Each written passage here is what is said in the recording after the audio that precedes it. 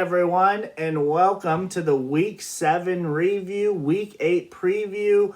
I'm Mr. Modest, your reigning champ. I can't use a certain hashtag. We'll get into it, but I'm still the buzzsaw, and I'm still the reigning champ.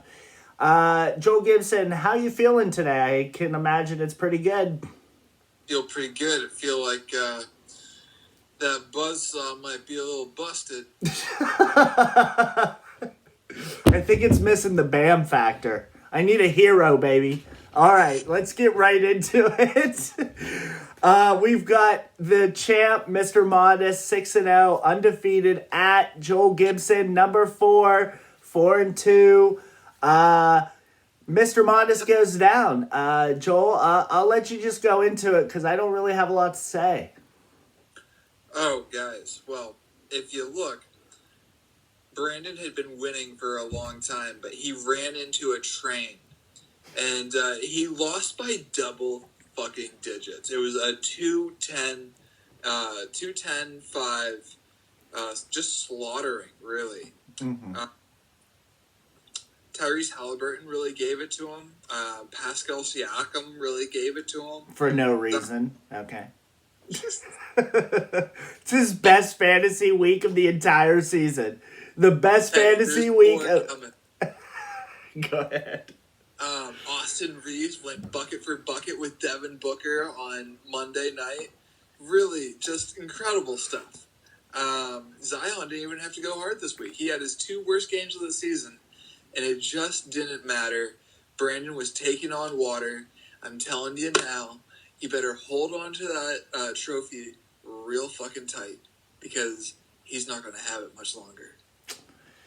Yeah, I mean, as I alluded to in my opening, I could really use Bam, who's been top 12, maybe top 10. We'll see. I think that he's going to finish the season maybe top 25, top 20. But either way, that still ranks as, like, probably my third best player. And Hero, who I needed points, and I needed assists, and I needed free throw percentage and free throws made. Those two together would really have impacted the matchup. Joel had Fultz on his IR, who's literally worthless. I'm interested to see how that MRI comes back on Kyrie. It might be a real problem, especially with Joel picking up my Simmons garbage. For the record, no like sustainable injury, or no major injury. No structural damage is, I'm sure, what they said. I didn't see it come out today. I just saw he was having the MRI. Yeah, it was. Credit to Joel. I mean, I'd won 4 straight up to that point against him, and it would have been 5. So there's not a lot I could say. The only thing I will say is Halliburton, Zion, the off games this week with the weird scoring. Joel definitely had a schedule advantage, but he still won. At the end of the day, I take nothing away from him. I'm trying to be as humble as I possibly can. But come playoffs, let's hope I have Hero and Bam and, my team kind of healthy so I can put up the line that I'm looking for. I still put up a good line compared to everybody else. But it wasn't enough for Joel. Joel moves to 5-2. I moved to 6-1. The undefeated season, again, eludes at least everybody. So we'll have to wait to next season to see if somebody can ever pull that off. I don't know if it's actually possible to do an undefeated season because you have to be perfect. You have to be healthy every week. You have to be absolutely perfect, and I don't know if that's really possible. But with that being said, we'll just move right along here. Neiman, number 5 at 3-3, the home team, beat Steven. Neiman was number 5. Steven was number 3. Steven on the road is at 4-2. This one is interesting because Neiman was middle of the pack in the East, and Steven, I believe, has lost 3 straight now. That's really tough. After starting 4-0, being the number 2 team, he's kind of fallen off a cliff here, and I don't know if it's the West is so weak and that's what was giving Steven the wins, or the East is so strong and it's just hard for once the West goes out and plays them. But credit to Neiman, still putting up a very good team, and he's 4-3. He's over 500. Joel Embiid is really good. He's really fucking good. Yeah, he's really good. Trying to do the 2-time MVP, trying to be Joker, I guess, this year. Anything else on this one? Trae Young's had a game, so that also affects Steven in such a major way. His team is just built around Trae Young. Yeah. But, yeah, tough loss for Steven. I predict he's going to have a pretty nice draft pick at the end of this. At the end of the season? Okay. Next matchup is CJ losing to Phil. Man, this one's tough. It was a 6-7. So it wasn't a tie. I was worried CJ was going to lose in a tie and be in the away team, and he was literally going to start pulling his hair out. But a loss is still a loss. CJ, looking at that team, if you tell me, and I said this last week, I'm saying it again, that is not a 2-5 team to me. I don't know what's going on here. We kind of like joked about it where last season he kind of like fell off a cliff because of like his older guys sitting and stuff like that. It's happening to him again. You cannot build a team on old veterans in this league. I am holding that out there. You need to have some youth. It doesn't matter how many former All-Stars or whatever. Kawhi Leonard is nothing compared to what he used to be. Harden going to the Clippers has totally like neutered Kawhi Leonard. Totally neutered him compared to what he used to be. Man, what a shame. I remember just a really smart guy moving on from Kawhi Leonard this offseason. Yeah, and I also remember the last 2 seasons before that, me telling you should move on from Kawhi Leonard as quickly as possible. And Harden going there literally was the worst thing to happen. Everybody was like, these guys are going to cook. It's going to be amazing. No. Harden is a pick and roll guy. So him and the big men like Zubac actually is playing very well this year. He's having a good season. But there's not a lot of off-ball play. Like, Paul George is still doing way better than Kawhi, if you ask me, because he's at the 2 and Kawhi's down a little bit. Like, Paul George is the one spotting up for shots. It's bad for Kawhi. I do feel bad for CJ, because like I said, looking at this lineup, it is not a 2-5 team. It's just not. I don't know what CJ can do at this point. But Phil's team continues to look amazing. Luka, if Kyrie misses an extended period of time, he's only going to get better. Anthony Davis has been healthy for him. There's a lot of positive things going on Phil's team, and I still hold he's a big contender this year. Yeah, Phil has been the surprise of the season. He's been really good. This is a quality win. CJ's team is definitely not someone you can just take lightly. So it is a quality win for Phil and a tough loss for CJ. Now, next one is, I put it so high. You might be wondering why I would put a 7 versus 12 this high. But Jake gets his 3rd win against Matt Hobert. Matt sits the win, Joel Gibson. I can't believe it. Multiple players sat for Matt on Friday. He could have put Kamara in any position. He had multiple flexes available. I don't know if he didn't check his lineups. I don't know what happens, but when you're a 1-5 team and you need to win, I'm definitely checking my lineups the whole way. He throws Kamara in there. He puts up a 22-20 game, Joel Gibson. Are you shitting me? A 20-20 game you left on your bench. It's insane. Matt moves to 1-6 and likely can be tossed out of the playoffs this week. And he's still, I think he's not going to have Ja this week. He might get him back next week, but he has to win every single game. And even if he does, 8-7 is the best Matt can do. That is extremely scary. I don't want to be anywhere near that. Congrats to Jake. Third win. Third win. Jake is looking at playoffs this year. Playoffs. We're talking playoffs. Let's go, Jake and Matthew. This is a disgrace. I hope you give him hell tomorrow, Brandon. I certainly will. Next matchup is Adam beating Doug. Doug's just too beat up at this point. There's not a lot he can do. I mean, Ball out, Simon's out. There's so many people out. It's so tough for him to win any matchup. I think he kind of has to count this season as a wash, and maybe go for that draft pick. It's really tough. Next season, we're going to be talking about the same thing again, where if he's healthy, the younger stars, the explosion, it's still there. He's going to get better as the years go on. But for now, a big injury to Ball is a huge, huge impact on Doug's team, and Adam took care of business.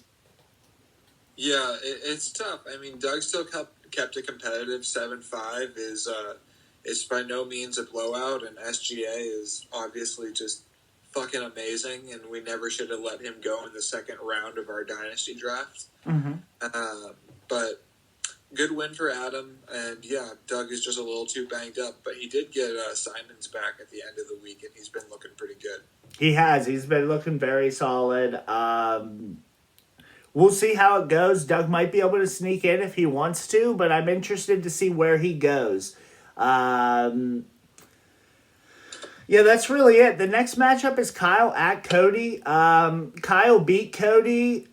Cody beat Kyle, and all I have to say about it is, okay.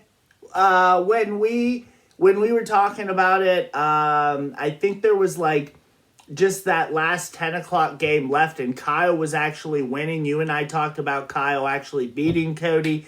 Cody does get it done at the last second. At the end of the day, a win's a win. Yeah. You got to be a little bit disappointed if you're Kyle and how Scoot's been looking, even when he's been healthy. I feel like I can't remember exactly what all Kyle gave to get Scoot, but I think it was for Scoot and Victor were in the same deal, yeah?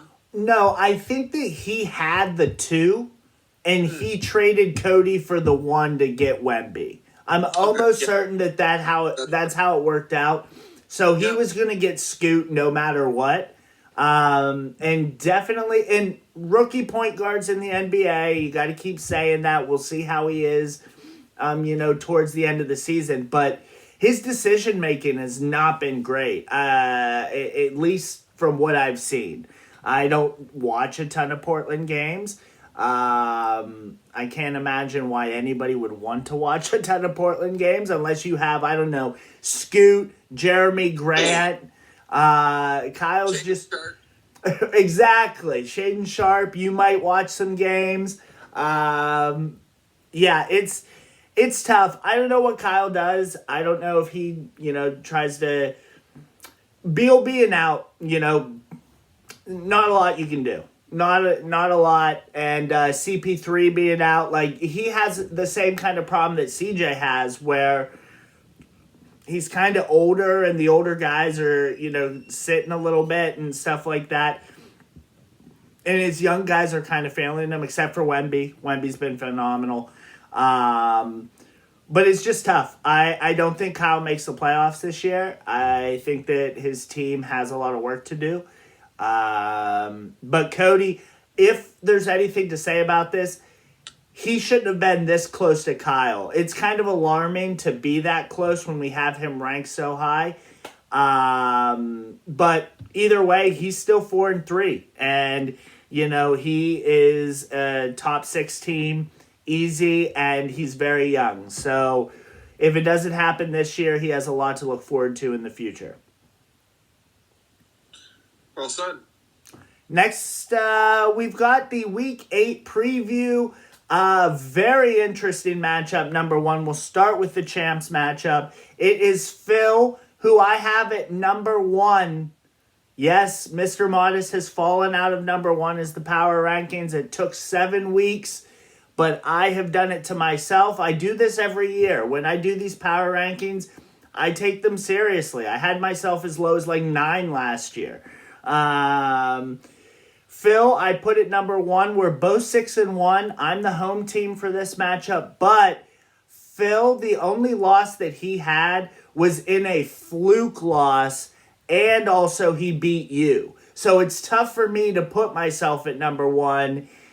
If Phil beat you, I didn't beat you, and his one loss came to Doug because he literally had to sit a full boat. So I'm being as honest as I can. I don't have Bam. I don't have Hero. We don't know about Hero. We might get him back this week. We'll see. But if Kyrie's out, it's going to be tough on Modest this week. Man, I'm going to take myself at home only because I'm the home team. I'm not really worried about the triple-double. I'm hoping that Joker is so mad this week from what a shit show he put up last week in back-to-back games that he really gets it together. Freddie was horrible last week. Murray's starting to look good. I'm going to take myself at home, but it is extremely hesitant. Phil's been putting up some monster lines. If I get Hero back, I'll feel a little bit better, but I'm nervous. I'll say I'm nervous. Man, back-to-back losses. That would be huge. Porzingis looks like he is healthy, and so is Murray. I really want to pick Phil, but it is extremely hard to pick against a champ to have back-to-back losses. If you are only missing Bam this week, then I predict that you will come away with it, but I hope you do not. Yeah, it's tough. It's so tough. Next matchup, and that was clearly the matchup of the week, but my matchup of the week, number 2, is actually Matt at Steven. There are huge implications here. Steven, who I have ranked number 5, Matt obviously at 12, only with the 1 win. Steven, if he wins this matchup and moves to 5-3, putting Matt at 1-7, I think you can count your chickens. Matt's probably not making the playoffs, even if Jaw comes back and it's just a wash season. I'm picking Steven at home here. I think that he's going to be hot on the wire. He's probably pissed as hell. He's lost 3 in a row. I still have him at number 5, and Matt clearly is just not paying attention. So, yeah, I'm going to pick Steven as well. He's been active on the wire this year, and I think he is trying to win the easy ones and save some of his money. I'm guessing that's his strategy. This is one that he should win, and if he needs to spend $1 or $2 to do it, I predict he will. Absolutely. Next matchup, we have Neiman at number 4. Neiman has the tiebreaker with Cody. He also has I don't think he necessarily has the tiebreaker with Steven. Steven's lost 3 in a row, so I think that's why I put Steven at 5. Neiman is playing CJ at 2-5. CJ in a very similar situation as Matt. 2-5 is really tough. I have him ranked at number 9 now. Playing Neiman, who has been tough this year. A tough out for anybody.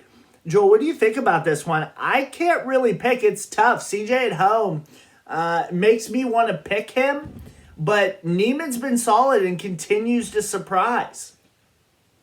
I'm going to pick CJ. I feel like CJ's just due for one, but then again, did I see a flag on Durant?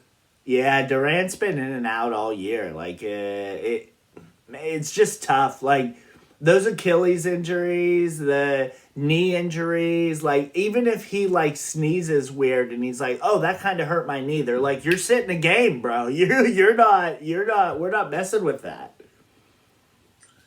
Yeah, he was ruled out of Friday's game for an ankle sprain. Man, I am going to pick CJ, but I don't feel great about it. I don't feel great about it either. I think I'm also going to pick CJ. I'm interested to see if Neiman's paying attention. We have seen where he just doesn't set his lineups from time to time. I think that's only happened once, and I'm making it seem like it's been a bunch. But if Embiid continues, I think he might be able to sneak one. But I think CJ, man, it's panic button time. It's time to put everything on the table. You got to start winning games, and it's not going to get easier for CJ. I will also say that Neiman has a couple triple double threats on his team, and if he lands one of those, it's a pretty major blow. For sure. Next matchup, we have the number 6 Cody at number 7 Jake. Cody at 4-3, Jake at 3-4. If Cody's team performs like he did against Kyle's team, Jake's gonna fuck around and win this one. Edwards has not been great. I think he's been injured. I don't know if he's back. I swore I looked at it Friday and he either had a really shit game or he re-injured. I think that Edwards is out for the week. All right, well then if that's the case, I'm going to take Cody on the road here. He gets back right. Jake, I don't see that report though. I might just be completely wrong. all right, well I'm gonna put my faith in you, Joel Gibson, and I'm gonna take Cody. I'm gonna take Cody on the road. Jake just might be a playoff team this year, and he came in with a tough team. To get this far, he's made a few trades. Making the playoffs would be really cool for him. I'd be excited for him in his first year with that team to make it in the playoffs. I don't know if it's contradictory to him building a team to make it to the playoffs, but if he does it, more credit to him. 3 wins. If you'd have told me that he had 3 wins through week 7, I would have been shocked. I would say the same, but I'm gonna pick Cody hesitantly because there is a flag next to Mobley's name. He has some sort of knee injury, which, as a Cavs fan, that's pretty scary. And also, Josh Giddey's kind of just been garbage. Yeah. He's clearly not having sex with enough underage women to be any good at this point. So we need to get that man a 17-year-old or something. Next matchup, we have number 3, Joel Gibson at 5-2, at Adam at 3-4. I have him ranked at number 8. I think Joel takes care of it. There's not a lot, Adam's been solid, but I just don't think he has it against Joel. Like, at the end of the day, I put Adam in more the, 6 to 8 range where I have Joel in the top 4. And that's the main reason. I also think that Halliburton's been insane. And Joel has a triple-double threat. We'll see about Kyrie, but even if Kyrie misses a little bit, I am interested to see if Kyrie does miss this week. Joel has Simmons as well. If he plays man down, maybe Adam could cycle it out, but he's going to have to be very precise in how he cycles. And I don't know that we've seen such tactics from Adam to this point. Not that he can't do it. I'm just saying it's going to have to be very precise in how he attacks it. I'm still going to take Joel. Yeah, I'm going to take me, hot off beating the champ. Scratch that, after stomping the champ. Yeah. I ran into a buzzsaw. You're right. I can't believe that you didn't turn that around. That was low-lying fruit. You should have taken that one. You said trade earlier, and I'm almost certain my reaction on the video, I have to watch back, was why did he say trade? That was just right there. That was right there. I've been saying buzzsaw for 3 years now, and you could have easily said... Yeah. I don't know. It felt wrong using it, but I guess I would have made it right. So I don't know. Oh my gosh! Last matchup, Joel, is Doug 2-5 and Kyle 2-5. do we even care about this one? Like, whichever team wins, it's just going to be okay. If whichever team loses, I'm probably going to feel better about because they're going to have a better draft pick. I'm gonna pick Doug. Ooh. Okay. Kyle made it close with Cody. I'm going to pick Kyle only because if I'm Doug, I'm going for that draft pick. I just think SGA is so good. He's too good. Like, Doug needs to do something about SGA just to, like, calm it down. Like, bro, we know you're good. We got it. He wants to trade him. I know a guy who's interested. I know also a guy. I actually bet that I know 11 other guys that would be interested if SGA was on the table. But that being said, a great week. I love when people sit wins like Matt Hobert. That's fantastic. Makes me laugh every time. That being said, man, we are on week 8. We are over halfway through the season. We are getting close. Records are starting to split up. We're going to start separating the men from the boys, as they say, Joel Gibson. Let's hope I can pull this off against Phil. Good luck to you, Phil. What a great add to the league, Phil, taking over that team, by the way. He's been great, and he's just proven it again this year. So shout out to him for being serious about it. Shout out to Jake coming in as the new guy. I love bringing in new people that are dedicated and want to move the league forward and be competitive. Man, I'm just excited for this season. Great so far. It's been great, except the scheduling, which has been super shitty. Fuck you, NBA. Yeah, and the losing, that's got to be tough on you too. The losing does hurt. I wanted to try to pull off the perfect season, but I tell you what, if I can make it 3 in a row with this, and Joel, I'm holding up the trophy because I know you can't see it, because it's still mine. I did want to make one last point, and then I'll let everybody go. I was 3 weeks away from going an entire year without losing. 3 weeks. So, Joel, if Phil beats me this week, I'm not going to be upset because at least I'm going to be mad if I beat Phil and then I beat the next person because then you literally stopped a full year's reign of me losing. Or me winning, sorry. So I just got to start the streak over again. Yeah.